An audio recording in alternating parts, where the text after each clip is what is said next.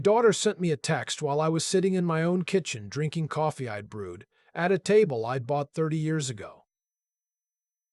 4 words. Dad, just move out. I smiled when I read it. Not because it was funny, because I finally understood exactly what I needed to do. Before I get into that, subscribe to the channel and drop a comment telling me what time it is where you're watching from right now. My name is Leonard Voss. I'm 64 years old, retired civil engineer, 28 years with the state of Colorado before I hung it up.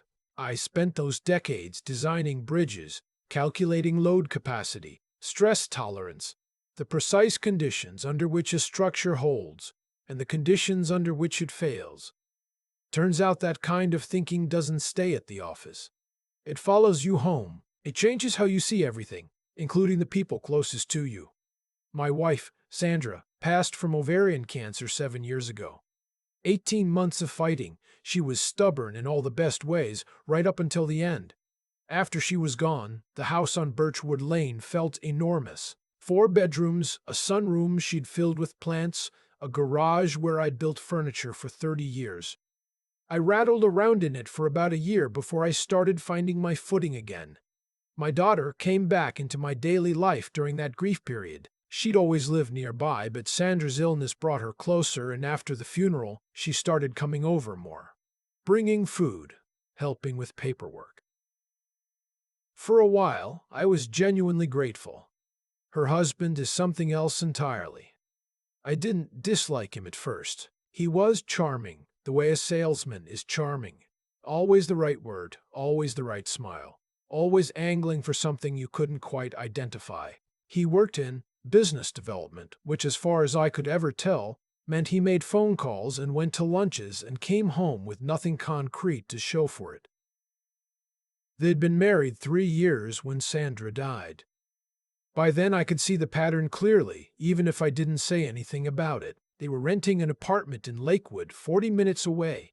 Decent place, nothing fancy, which seemed right for their income.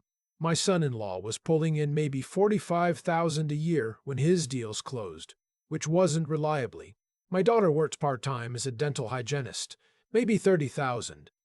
That's a reasonable living for 2 people without children. Not a lavish one. The trouble started small, the way it always does. About 8 months after Sandra died, my daughter called and said they were having trouble with their landlord. Mold in the bathroom, an unresponsive property manager, and a lease ending in 2 months. Could they stay with me temporarily? Just until they found something new. 3 months, maybe 4. I said yes. Of course I said yes. She was grieving too. Sandra was her mother. They moved in on a Saturday in March. My son-in-law backed the moving truck up the driveway like he was parallel parking at a restaurant he owned. Confident. Unhurried. He stood in my living room afterward, looking around the way you look at a hotel lobby when you're deciding if it meets your standards. "This is a great space," he said. "Really underutilized." I didn't know what to say to that, so I didn't say anything. The first year was manageable. They kept to themselves mostly. My daughter and I ate breakfast together sometimes, which I valued, but my son-in-law had a way of making the house feel like less mine with each passing month. He rearranged the living room furniture without asking. He bought a new television and mounted it over the fireplace, covering the spot where Sandra's paintings had hung. When I mentioned it, he said the old setup was blocking the flow of the room. He started calling it our place when talking to friends on the phone. I heard him once, standing in my hallway, telling someone, "Yeah, we've got plenty of room at our place." I stood at the top of the stairs for a long moment after that. The comments came slowly, the way water undermines a foundation. Not all at once, but steady, constant, applied with precision. "Dad, have you thought about what you want to do with the sunroom? It's just sitting there." Translation: I want to use it as a home office. Leonard, this neighborhood is really more of a family area. Have you considered downsizing to something more suited to, one person? He actually said this to me in my own kitchen while eating food I'd paid for. My daughter laughed nervously when he said it. Didn't correct him. That was the moment I started paying closer attention. He had a skill I recognized from years of bureaucratic meetings. He could reframe any situation so that what he wanted seemed reasonable.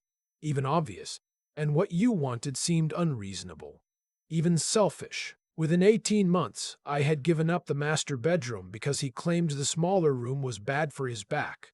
I ate breakfast in the sunroom instead of the kitchen because he liked to work there in the mornings. I kept my voice low on phone calls so I wouldn't disturb his workflow. I was a guest in my own home. I just hadn't admitted it to myself yet. The thing that changed everything was the woodworking shop in my garage. 30 years I'd been building furniture out there. I built Sandra's kitchen table. I built the bookshelves in the den. I built a cradle once, years ago, for my daughter when she was born, and Sandra had kept it in the attic ever since, wrapped in a blanket. That shop was mine, in a way nothing else was. It had her in it, in the sawdust and the smell of linseed oil. One afternoon in early October, I came home from a walk and found my son-in-law in the garage with two of his colleagues. They'd pushed my workbench against the wall. My tools were stacked haphazardly in a corner. They'd set up a folding table with laptops and coffee cups. "Oh, hey," he said, barely looking up. "We needed a meeting space. The sunroom wasn't big enough." I stood in the doorway of my shop for a long moment. I looked at the workbench pushed sideways, at my grandfather's handplane lying on its side on the concrete floor. I bent down, picked it up, held it carefully. "You'll need to finish up," I said, my voice flat. "Will be a couple hours. No big deal." "No," I said. "You'll finish now, and you won't use this space again." He looked up then. Something shifted in his face. The charm dropped for just a second, and underneath it was something colder. "You know," he said with his colleagues listening, "for someone who's always talking about family, you sure are rigid about the little things." I didn't respond. I waited until they left, then I put my tools back in their places, one by one, and I thought about my work as an engineer, about how structures fail. Not from a single catastrophic blow usually, from accumulated stress, from small points of weakness that never get addressed until the whole thing comes down. That night, I went through every document I had on the house. The deed in my name, sole owner, the utility accounts, property tax records, the homeowner's insurance, with my name as the only insured party. Their names appeared on nothing, not on the mortgage, which I'd paid off in 2019, not on the insurance, not anywhere that mattered legally. I'd been so focused on being accommodating that I hadn't thought about what I was actually doing, which was providing housing worth roughly $2,200 a month in that market, plus utilities, plus the use of a fully equipped kitchen and workshop, to two adults who were spending freely on themselves while contributing exactly nothing. They drove a Jeep Grand Cherokee they'd financed at a payment I wouldn't have considered responsible. My son-in-law wore a watch that cost more than my first car. My daughter had subscriptions to things I'd never heard of.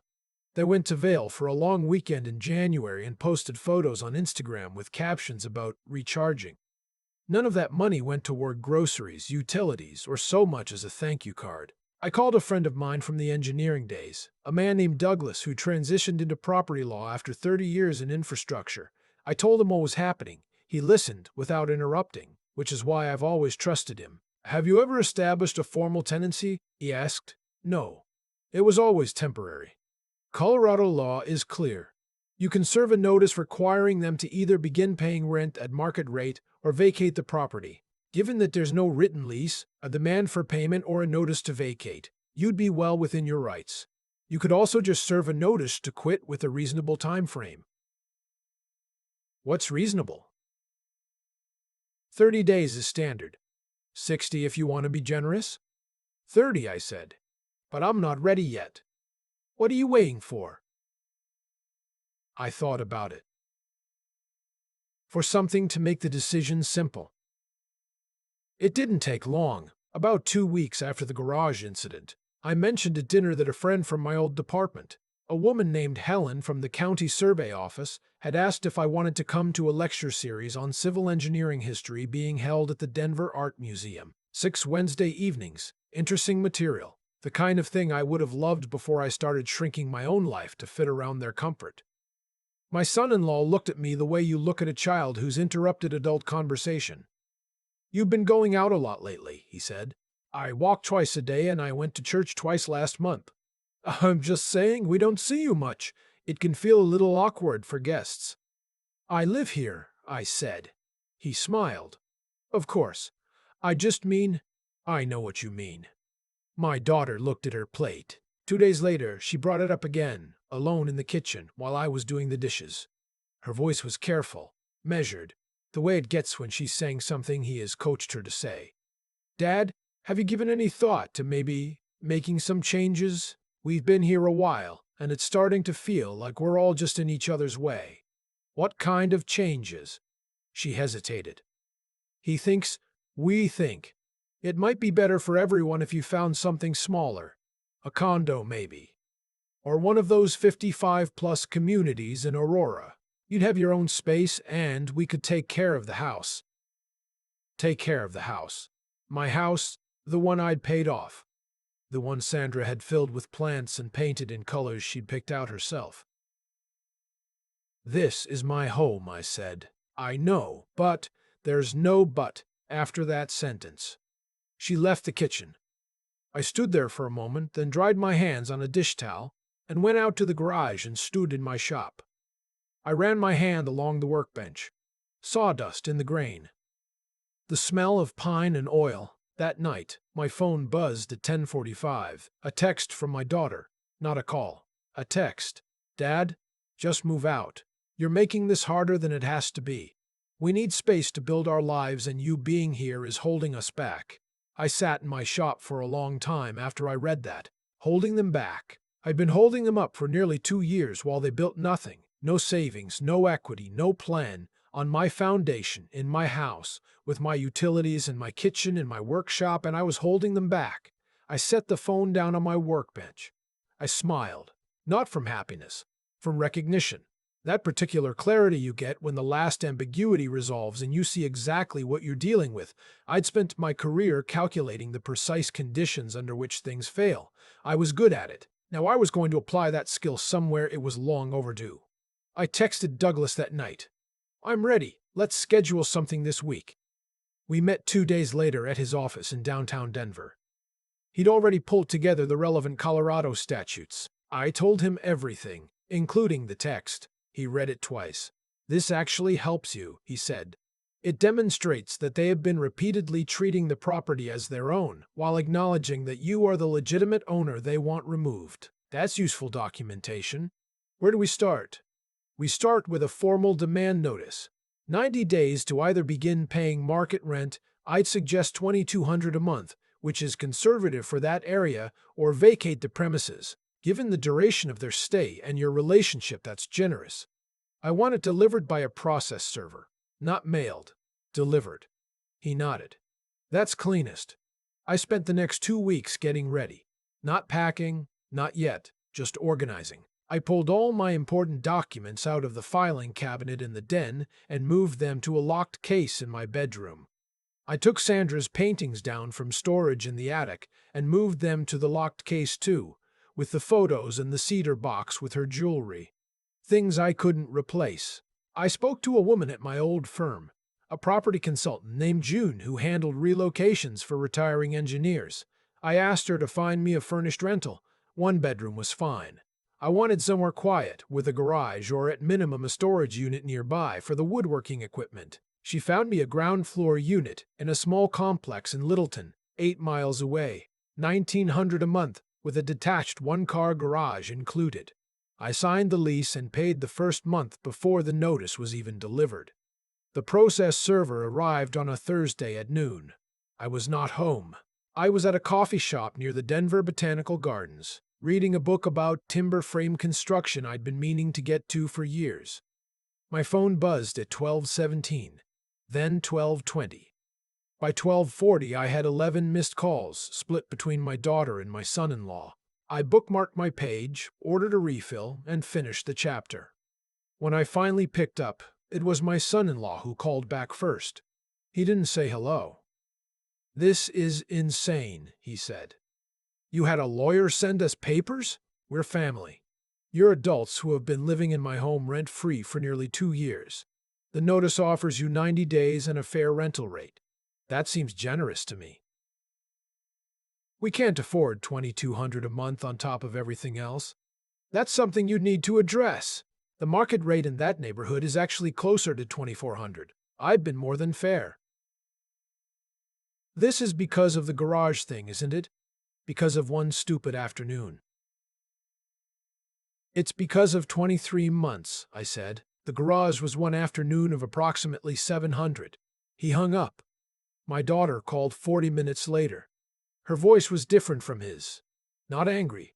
Just quiet in that way that makes you feel worse. Dad, I don't understand why you're doing this. You sent me a text telling me to move out of my own home. Silence. I was frustrated. We were both frustrated. I know. And I'm frustrated too. I've been frustrated too. I've been frustrated for a long time. Quietly, the way I was raised to be. This is what I'm choosing to do with that frustration. Where are we supposed to go? The same place every other adult goes. You find a place you can afford and you pay for it yourselves. Another silence. Then, he's been asking around about renters' rights. He thinks you can't actually make us leave. Douglas can provide him with the relevant Colorado statutes if he'd like to review them. The notice is legally sound. The clock started when it was delivered. I ended the call before she could respond. Not because I was angry, but because I'd said what needed to be said, and anything after that was just theater. I moved out 3 weeks later, not because I had to. The notice gave them 90 days, but because living in the house while they were there had become untenable, and I didn't want to spend another night feeling like a stranger under my own roof. I hired a moving company for the furniture I was taking and rented a storage unit for the rest. The woodworking equipment went into the garage at the Littleton unit. I set up the shop first, before I even unpacked my clothes. Got the table saw level, hung the tools on the pegboard, found the good light, stood there in the clean smell of fresh sawdust, and felt something loosen in my chest that had been wound tight for 2 years.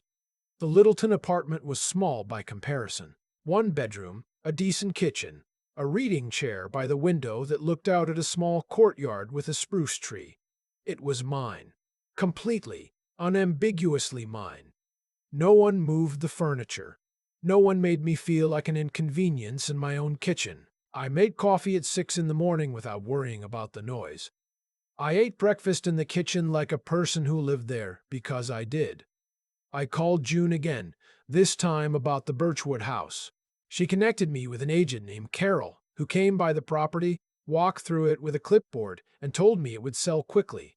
The bones were excellent, the neighborhood stable, and the lot was larger than most. She estimated between $610 and $640 in the current market. I told her I wanted to list it at $625 and close fast. She listed it on a Tuesday. By Thursday, I had 2 offers. The accepted offer came in at $630, cash, from a couple relocating from Portland. They were in their late 30s, both in technology, with a toddler and another on the way. They wanted to close in 45 days. I said yes before Carol finished her sentence. I will not pretend I didn't feel anything when I signed the listing agreement. That was Sandra's house. I built the breakfast nook in that kitchen with my own hands. The dent in the hallway baseboard is from a birthday party when my daughter was 9, and someone swung a piñata stick too wide. Those things live in me now, regardless of what happens to the walls they happened in. That's not the same as belonging there anymore. My daughter called when she saw the listing on Zillow. Her voice was different again. Something had shifted. You listed the house. I did. You didn't tell us. I own it. I don't need your permission or your advance notice. Dad, we have nowhere to go. The 90 days isn't enough time to save for deposits in first month. The notice was served 7 weeks ago. You've had 7 weeks. How much have you saved? A pause. Things have been complicated. Your combined income is approximately $75,000 a year. The house has cost you $0 in 23 months. If you haven't been saving for this, that's a planning decision you made. He lost 2 clients this month. I'm sorry to hear that. You may want to look at apartments in the 40 range that don't require first and last up front. There are some buildings in Aurora that work with relocating tenants. I can have June send you some contacts if that would help. She was quiet for a moment. Why are you being like this? I'm being practical. The same way I've always been. You just didn't notice because it was directed toward helping you rather than protecting myself." She didn't have an answer for that. The closing came on a Thursday in May. I sat across from the buyers in the title company's conference room, a pleasant space with too much air conditioning and a view of the parking garage.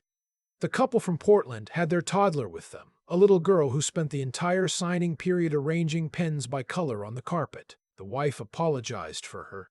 "I told her not to. I liked kids who were interested in how things were organized.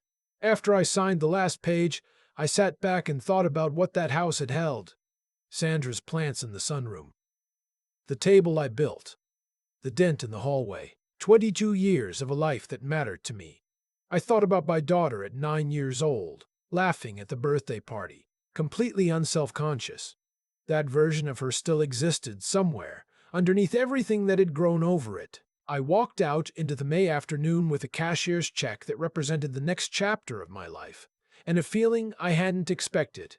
Not triumph, not grief, but simple clarity. Like a stress calculation that comes out clean. Every load accounted for.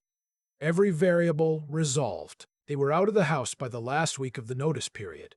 My son-in-law had found an apartment in Westminster, smaller than they wanted, 1 bedroom, a complex that required only first month and a security deposit rather than first and last. My daughter called to tell me they'd moved in, not to apologize, not to talk, just to inform me, as if checking off a task on a list. "I hope it works out," I said. I meant it. She hung up without responding. That summer, I fell into a rhythm I hadn't had in years. Coffee and a book in the morning. Shop time after lunch. I was building a side table in cherry wood dovetail joints. The kind of project that requires patience and rewards it. Every evening I'd walk the neighborhood, which backed up against a trail system along a reservoir. Herons stood in the shallows. Once I counted 7 of them in a single morning, motionless and composed, waiting. I joined a lecture series at the Art Museum after all. That's where I met Vivian. She was a retired landscape architect from the city parks department. Sharp eyes, terrible at hiding when she found something funny. She'd signed up for the lecture series because she was interested in how infrastructure shapes public space. We started arguing about it immediately, good-naturedly, and then kept talking after the first session ended and the chairs were being folded up around us. We've had dinner 4 times since then. She's teaching me to identify native Colorado plants. I've been teaching her to use a hand plane. Fair trade. My son-in-law called once in August, not my daughter, him. The confidence was gone from his voice. Flat, careful. "I want you to know I understand that I was wrong about a lot of things." "All right." I pushed her to send that text. She didn't want to. "I thought if we made you uncomfortable enough, you'd—" He stopped. "I thought you'd just give us the house." I let that sit for a moment. "Why are you telling me this?" "Because she doesn't know I called and I thought you should know it wasn't her." "Not really. The worst of it was me." "I appreciate you saying that." A long pause. "Is there anything I can do?" "Become the kind of person she deserves to be married to. That's the only thing that would matter to me." He didn't respond for a moment. "Then I'm working on it." "Good." I ended the call and went back to the cherry table. The dovetail joints were coming together well. There's a particular satisfaction in fitting 2 pieces of wood together that were made for each other. The tightness of it, the way they hold without glue if you've done the work correctly. You can't rush it. You can't force it. You can't force it. You just have to cut with precision and trust the process. My daughter texted me in October. Not a long message, not an apology. Just a photo of a small balcony planter she'd set up at the Westminster apartment, with some pansies and 1 struggling tomato plant. Beneath it she wrote, "Thought you'd appreciate the attempt." I texted back a photo of the finished cherry table sitting in the corner of my apartment by the reading chair. "Thought you'd appreciate the finish." She sent back a single word, "Beautiful." It wasn't reconciliation. It wasn't forgiveness. It was 2 people figuring out whether there was still enough of something to work with. I don't know the answer to that yet. I'm not in a hurry to find out. What I know is that I spent 2 years accommodating people who saw my patience as a resource to deplete, my home as an asset to occupy, and my silence as consent to keep going. When I finally stopped, when I stood up in my own kitchen with the full weight of everything I'd built behind me, the whole structure that had been leaning against me for 2 years shifted and fell. Not because I pushed it, because I simply stepped aside. I bought a small piece of property last month, an undeveloped lot in the foothills outside Evergreen, Colorado. Ponderosa Pines, a seasonal creek, a view of the Front Range that on clear days goes all the way to the Divide. I'm not sure yet what I'll build there. Maybe nothing. Maybe I'll just go out there on weekends and sit in a camp chair and watch the light change on the mountains, and think about what I want the next 20 years to look like. Sandra would have loved that lot. She had a way of standing in a place and immediately understanding what it wanted to become. I'm still learning to do that for myself. But I'm learning, one careful measurement at a time.